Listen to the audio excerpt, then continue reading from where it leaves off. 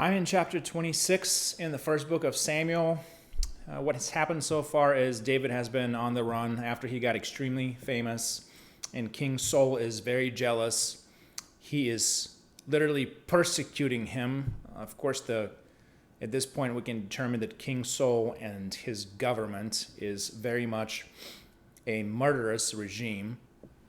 He's persecuting those that he deems are a threat to his rule. David clearly is not a threat to his rule. He has no intentions of usurping the power of King Saul. David has realized long time ago that King Saul is the anointed king. He is the chosen king, and he's simply running away. In the previous chapter, David met Abigail, and they got married. I think that he forgot to propose with a ring. He just sent his messenger and asked her if she wants to get married, and she said yes. So that was an easy one for him. Either way, he is in the wilderness of Ziph, okay? And this is how the first part of chapter 26 goes. And the Ziphites came unto Saul to Gibeah, saying, Doth not David hide himself in the hill of Hachilah, which is before Jeshimon? Then Saul arose and went down to the wilderness of Ziph, having 3,000 chosen men of Israel with him, to seek David in the wilderness of Ziph. And Saul pitched in the hill of Hachilah, which is before Jeshimon, by the way. But David abode in the wilderness, and he saw that Saul came after him into the wilderness. David therefore sent out spies, and understood that Saul was come in very deed. And David arose and came to the place where Saul had pitched. And David beheld the place where Saul lay, and Abner the son of Ner, the captain of his host. And Saul lay in the trench, and the people pitched around about him. So this one is relatively easy to understand, even though this is 17th century English. I'm reading out of the King James Version here. What is, the Ziphites are just people. Those are people that live in and around the wilderness of Ziph. The wilderness of Ziph is deep into Judean territory. So these are David's tribal lands, okay? These people are not foreign to him. They're his tribal brethren, so to speak. The wilderness of Ziph is located somewhere between Jerusalem and the Dead Sea and the Red Sea, right? So once again, in almost parallel structure to the previous time that this happened, someone betrays David, betrays his location. In this case, it is his own people, more or less, right? So they betray David, and King Saul once again just gathers up 3,000 chosen men of Israel with him. So these are not just Benjamites, they are chosen men of Israel. So that's just a group that is a part of his soldiers, right? They're potentially extremely deadly soldiers, and he gathers 3,000 of them and then starts chasing David again to kill him. David has around 600 men, and that is 3,000 is obviously 5 times greater force. It is overwhelming. These are equal, if not the Benjamites and King Saul's soldiers are extremely experienced, so David stands no chance. Now, what happened here is David finds out he is sort of in the wilderness, and then King Saul pitches along with his warriors, and David finds out exactly where he is. He sends out spies, finds out, and then he saw where Saul lay, meaning he was just simply sleeping, right? And Abner, the son of Ner, the captain of his host. So that means that Abner, who is the captain of the host, that is the general of the army, he is right next to him or close by. And then Saul lay in the trench, so they were sleeping in the trench with the people pitched around about him. So that's relatively self-explanatory. What is probably not self-explanatory here is the idea, and I brought that up last time as well, and it is such a very difficult argument to convince people to understand, let alone believe. I would probably have an easier time convincing someone to believe in the resurrection if he didn't believe than I would to believe in this simple thought that murderous and corrupt regimes, as was the case of King Saul's, and we have plenty of evidence, he wiped out completely innocent city men, women, children, everyone, just because they supposedly, in his mind, they assisted David, right? Which is definitely is not true. So King Saul himself, he runs on paranoia, right? He's persecuting, right? This is a persecution within the same kingdom of someone who is completely innocent. As I said earlier, David has no claim on that throne. He does not want to be king. He doesn't want to usurp power. He does not want to replace King Saul, period. So this paranoia is very typical of autocrats, right? People who are in charge of ruling elite that runs countries that are not supposedly democratically elected. The issue is that these people enjoy widespread support among the population of those kingdoms or countries. That was true back then, 3,000 years ago. This was happening 3,000 years ago. This is true today, and it has always been true, and it will forever be true. So even though a country is not necessarily what we would refer to today as a democracy, where the government is, let's just say, fairly elected, or in this case, they didn't have a democracy, right? King Saul essentially was anointed by God. He was chosen by God, and those people, they wanted a king, and they wanted him once they saw him, right? And they said, literally, they said, long live the king, right? In the King James Version, because this is 17th century, they just translate that as God save the king. The literal Hebrew phrase is long live the king, right? So they wanted that king, even though God warned them through the prophet Samuel. He warned them and he said, I will give you a king. You've rejected me. I will give you a king, but just have in mind that that king is going to be corrupt, right? He's going to take your sons and daughters. He's going to put them in that war machine. He's going to give the best of the lands to his servants, right? So that just literally describes a corrupt kingdom with a ruling elite that is focused on money and obviously taking care of their own people rather than those people. They still said, we want that king. Let us have that king. We don't want to be without a king like those other countries, right? So once again, the support in those autocratic regimes is widespread, even though people do not realize that, and they definitely do not think that. So in present day terms, what we do is we just generally say something along the lines of, the people of that country are great, but their government is awful, and we should just, one way or another, interfere with that government and bring about freedom, whatever that means, right? So that is, first of all, it's a dangerous way of thinking, and second of all, is very flawed. As you can tell here, and I will give you that current day parallels here, because this is not something that finished happening 3,000 years ago. As I mentioned earlier, this happens today. As you can tell from this paragraph, there is widespread support for that king. They purposefully betrayed David to the king, to King Saul, who is running on paranoia and trying to murder him for no good reason, right?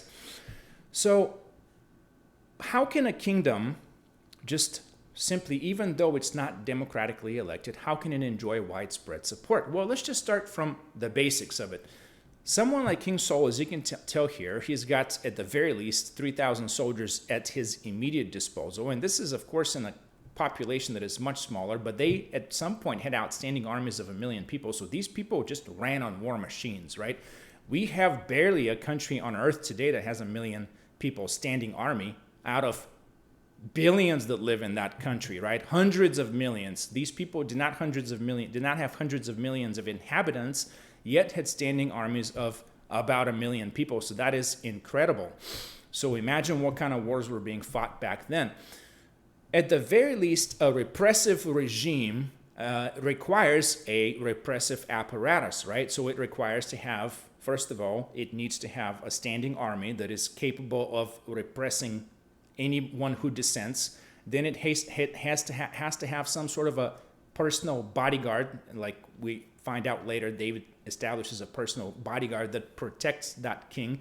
They also had reserves, right? Reserves that they could call upon when there's massive wars that break out. They had rotating rotating standing army that would be there 1 month and they go back home. Another group comes in the next month, and so on and so on. So if you were to think that, let's just say this nation of 500,000 that has 500,000 standing army, at the very least, the people that are in that standing army, they're part of the repressive apparatus that supports that king, right? Because as I said before, there is no such thing as some government. Let's say 500 people run the government, or 100, or whatever it is. There's no way that they live in a vacuum. They must have soldiers. They must have, in the day that we live in, police, and so on and so on. So at the very least, those people support that government. But it's not just them, right? At that point in time, they had families, right? Just like they have today. A huge portion of those families, if not all, they also support, at the very least tacitly, they support that regime, okay? So even if you live in a country today that has, let's just say randomly 100 million people with let's just say they have a 700,000 people standing army. They also have another million worth of police and guards and all kinds of stuff. So roughly speaking, 1.5 million, 2 million, you have to multiply that times probably at least 5 or 10, right? If you multiply that times 5, that's 10 million people. So those that are part of the repressive apparatus and those that are their families, friends that support that government. So all of a sudden you are with 10 million, maybe 20 million people that just probably very directly support that government. But then also a government depends on what? That army depends on funding. So there's business, right? You have business all about that these people run. Well, businesses require, first of all, they require staff, they require accountants, lawyers, and all of that stuff, right? You can't run an economy just with soldiers and ruling elite. You have to have the supporting base to run an economy, right? All kinds of, there's truckers, there's all kinds of carriages here in this case, right? They didn't have trucks back then. There's business, there's supporting structures. So all of these people combined, they make up a huge percentage of the population of a regime. Even though it's not democratically elected, all it takes is for a substantial part of the minority to support the government, for that government to be entrenched, okay? So David is brilliant in that he understands that. He phrases it in a way that obviously he looks at the world from God's point of view, but even if you do not believe in God, his mind was incredible. So he realized that these people wanted King Saul, right? That was their king. He frames it as he was the anointed king, but he also realizes that these people wanted King Saul. So overthrowing a regime, even though, let's just say, technically the majority of people understand that it's a repressive regime, understand that it's a murderous government, understand that it's a corrupt king, you can't just simply overthrow that government because it enjoys widespread population support. But guess what we do all the time in the day that we live in? We try to overthrow governments with external force, and apparently people do not realize that this has been happening, and it continues to happen decade after decade. It's generational. Everyone has been through a war where one country, it doesn't matter which one it is, tries to overthrow a government, even in some instances does what? Puts a puppet government, and then what? 20 years later, once the external forces, military forces, soldiers, they leave, then the country reverts back to exactly what it was 20 years prior to that moment, right? And it is because there's widespread support, right? That's the whole idea, and you can see that here. And it's unbelievable, but people do not understand that, so they get bogged down in these wars. David, in this case, is extremely smart. What does he do? He simply runs away, and we'll find out what his thoughts are on the matter here in just a little bit. So, once again, this is an argument that I don't lose. I just have a very difficult time explaining to people so that they grasp. They are always under the ideas that those people are just literally waiting for us or for someone to come and save them. A regime change can only occur internally, right? That's what they call revolution. And we have seen those across the centuries and millennia happen all the time. And it is going to happen here. And those types of revolutions are typically, in many cases, what we refer to as civil war. So what happens here and over the next few chapters is just literal textbook civil wars. When a regime changes, but it changes internally rather than through an external force. Okay, so what's also fascinating about this specific paragraph here is that David wrote personally a psalm. He is the psalmist. He's, like I've said before, he is a phenomenal poet. And in the book of Psalms, there is a specific psalm. It's Psalm 54 that refers to this incident right here. So let me read that to you. It's very short, and you get a sense, once again, of brilliant 17th century English and of the way that David's mind works. So this is Psalm 54. It starts off with a little intro as to what he's talking about. That is inside the Bible. It's not an intro that I created, which you'd be able to tell because I can't come up with anything like that. Here's how it goes. To the chief musician on Neginoth Maskil, a psalm of David, when the Zephim came and said to Saul, doth not David hide himself with us?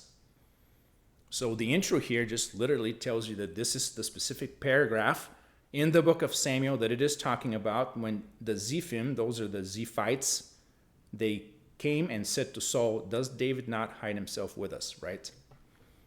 Doth not David hide himself with us? Save me, O God, by thy name, and judge me by thy strength. Hear my prayer, O God. Give ear to the words of my mouth. For strangers are risen up against me, and oppressors seek after my soul. They have not set God before them. Selah, behold, God is mine helper. The Lord is with them that uphold my soul. He shall reward evil unto mine enemies. Cut them off in thy truth. I will freely sacrifice unto thee. I will praise thy name, O Lord, for it is good. For he had delivered me out of all trouble, and mine eye had seen his desire upon mine enemies. So this one is relatively easy, even though it's poetic to understand what he's talking about. Probably the only one that is a little bit harder to understand is the last sentence here, the last verse. And mine eye hath seen his desire upon mine enemies. So this is a roundabout way of saying that from David's point of view, right? I have seen his desire, meaning God's desire upon mine enemies. So I did not personally do anything, but my desire was essentially God acted upon my desire and he destroyed my enemies. That's what that is saying in a very interesting, a little bit of a 17th century English here. Desire upon mine enemies. Mine eye had seen his desire upon mine enemies, right? I have seen how God acted on my behalf to deliver me of trouble and destroy my enemies. So that is Psalm 54. Once again, in the structure of the Bible, it is way later than the first book of Samuel, right? You have Samuel, 1 Samuel, 2 Samuel, 1 Kings, 2 Kings, and then 1 Chronicles, 2 Chronicles, and then, well, there's more. Yeah, there's definitely more. So it is towards the middle of the Bible, whereas the first book of Samuel is about a quarter in. But those events, as explained by David, are someone is narrating those events in the book of Samuel, whereas David is writing from his point of view, and that is located in the book of Psalms, right? And of course, you don't have to necessarily apply that to what David writes is applicable to any human being. That's why the book of Psalms is the most, by a wide margin, the most popular book in the Bible. It's also the longest. And it also, interestingly, contains the longest chapter and the shortest. All right. So here's what happens next. Then answered David and said to Ahimelech the Hittite and to Abishai the son of Zeruiah, brother to Joab, saying, who will go down with me to Saul to the camp? And Abishai said, I will go down with thee.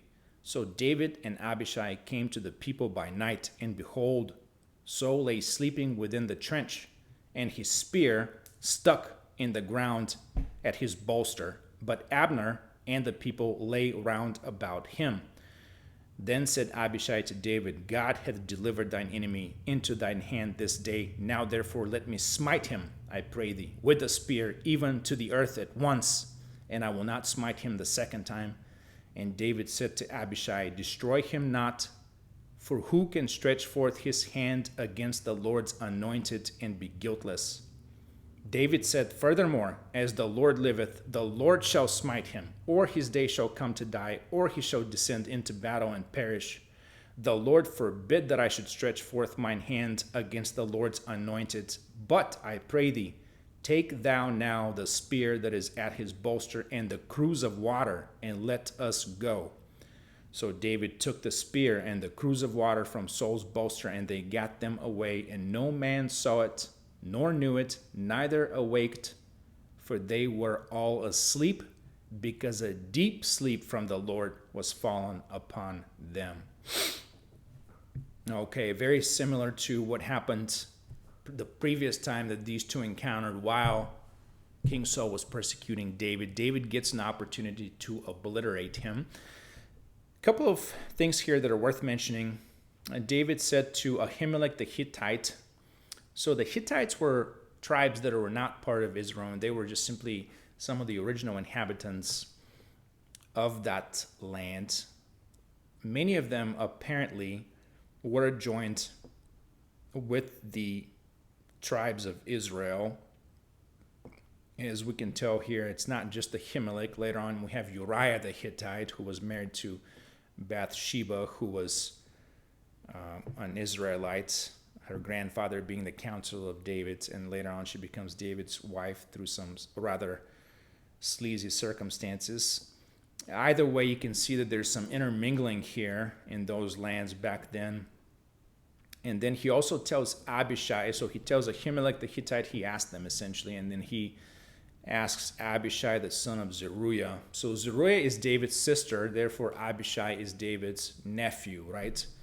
Brother to Joab, so Zeruiah has three, as I explained the first go around with the house of David. She's got Zeruiah, the sister of David, has three sons, Joab, Abishai, and Asahel, right? So this is one of them here, Abishai. He becomes a very well-known warrior afterwards, one of David's bodyguards. So he's saying, who will go down? Abishai says, I will go down. That's what he says. And then they go and then get to the camp where they're pitched. King Saul and his servants are pitched, right? And then they were all asleep, just to kind of jump to the last statement here, because a deep sleep from the Lord was fallen upon them. So he obviously receives divine favor here and divine assistance. Or, if you don't believe in divine assistance, then just simply they were passed out. Maybe they were drunk. Who knows? But because that's happened a few times in the Bible, right? So what Abishai says to David is, God has delivered him in your hands. Let me just take his spear and just kill him, right? That's what he's saying. David says, no, don't kill him, because he's the Lord's anointed, right? And here's what he specifically says. So, destroy him not, for who can stretch forth his hand against the Lord's anointed and be guiltless? David said, furthermore, as the Lord liveth, the Lord shall smite him. So he's saying the Lord will kill him, just like the Lord killed Nabal in the previous chapter, right? He had a heart attack or something like that.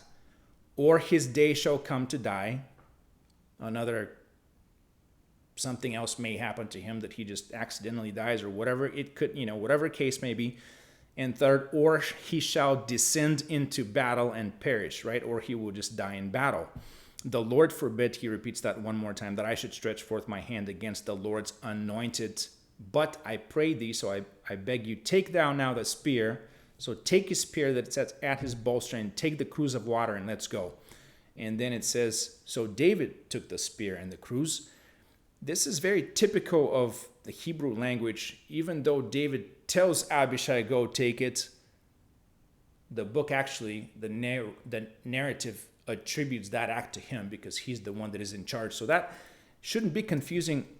It is, when I first started reading the Bible, I kind of got a little bit confused. So who exactly took the spear? Who exactly took the cruse of battle, right? Didn't he just say, go take it? And then how did he take it? But once you read that over and over, you understand that, and there's obviously different examples, that a lot of it is attributed to David, even though in a previous sentence, it's inferred that someone else committed that act, right?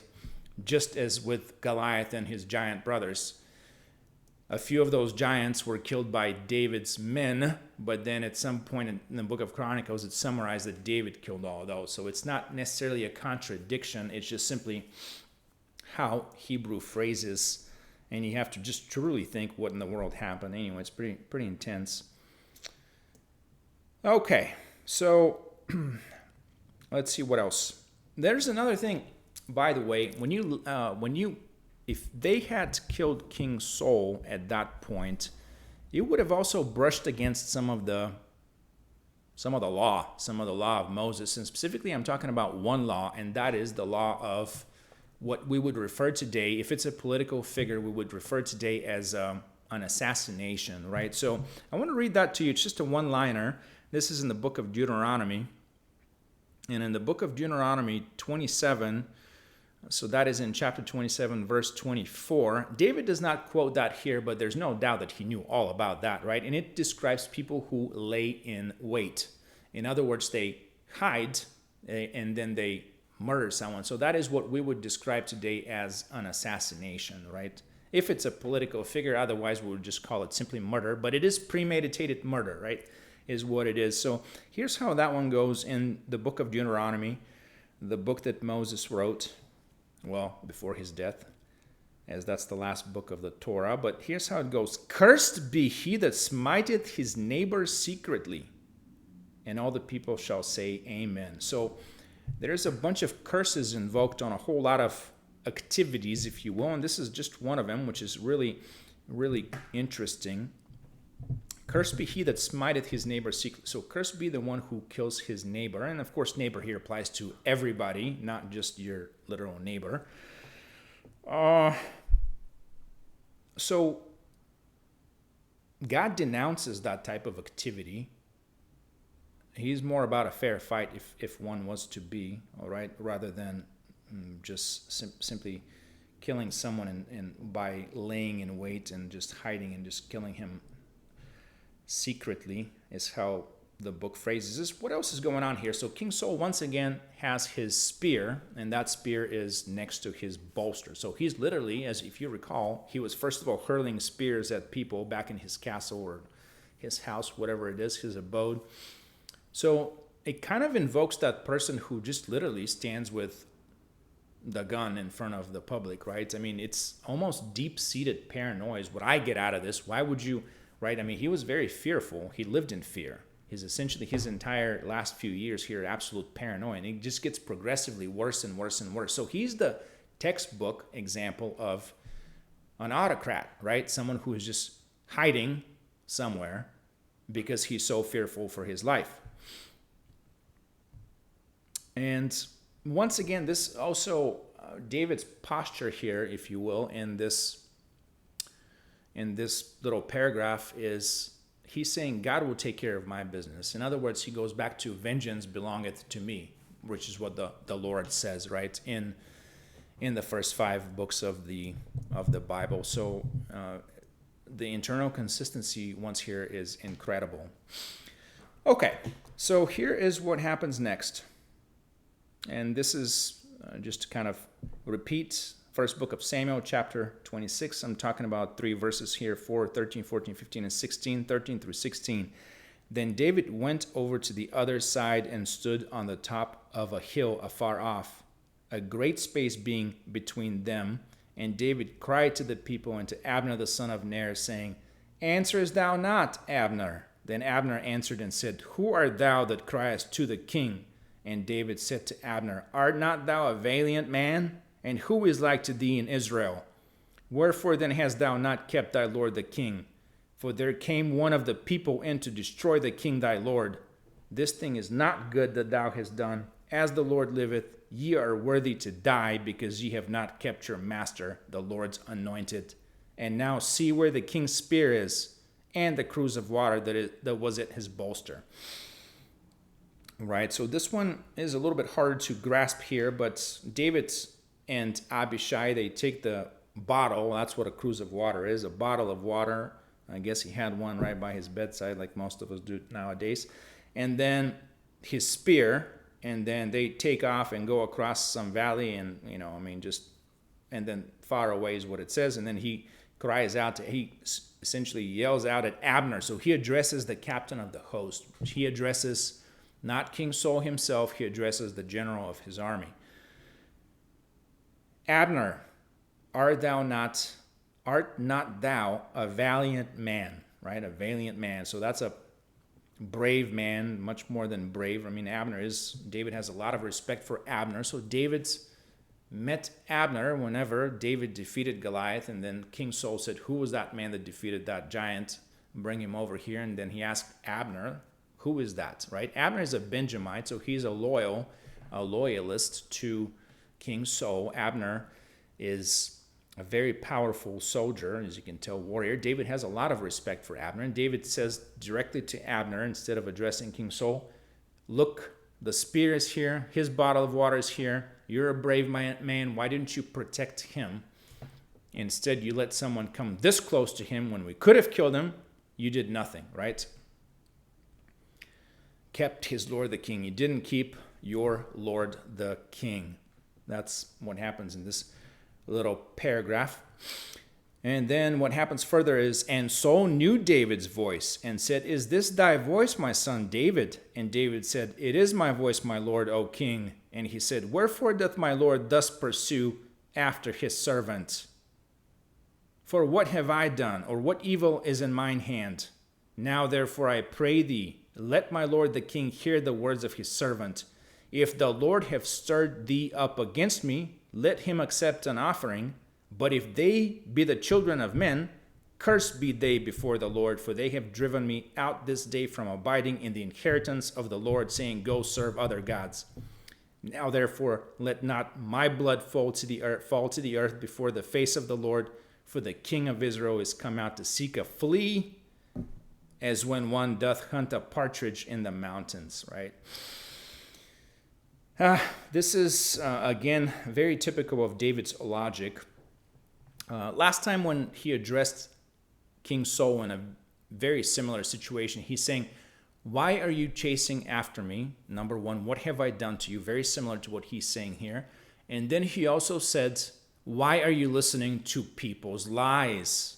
And you're pursuing me when I haven't done anything wrong, nor do I intend to do you any harm. Why are you listening to them? So it is very obvious that King Saul is getting advice from people that are lying to him, right? They're probably pushing him in one direction or the other, but they're not telling him the truth. So he's clearly not acting on his own thoughts and conscience. He's listening to advice that is false, that is lies.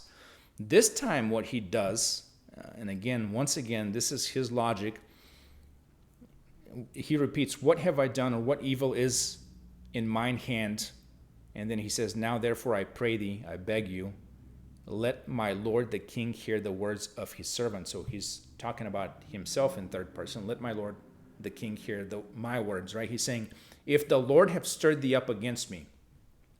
In other words, he's saying, if this comes from God, if your persecution of me comes from God, then let him accept an offering, sacrifice to him, and then you will appease God.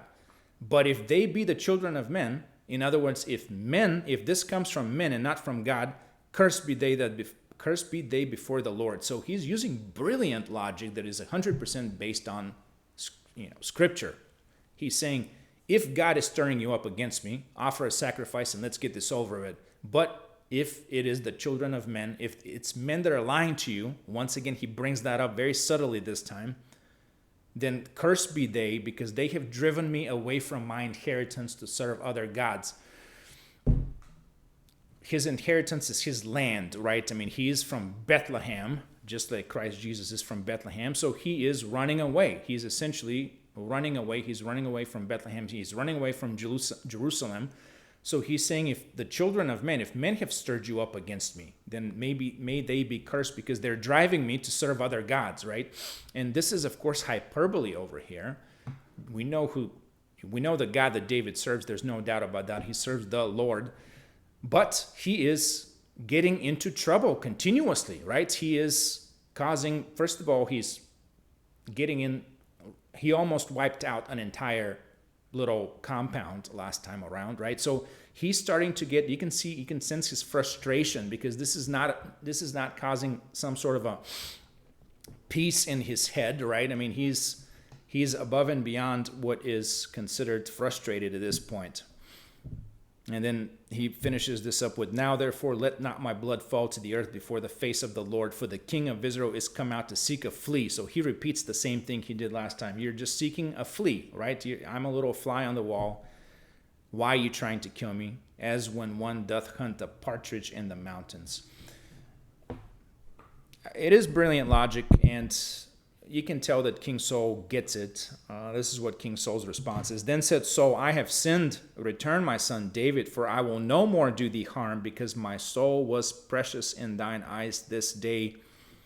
Behold, I have played the fool, and have erred exceedingly.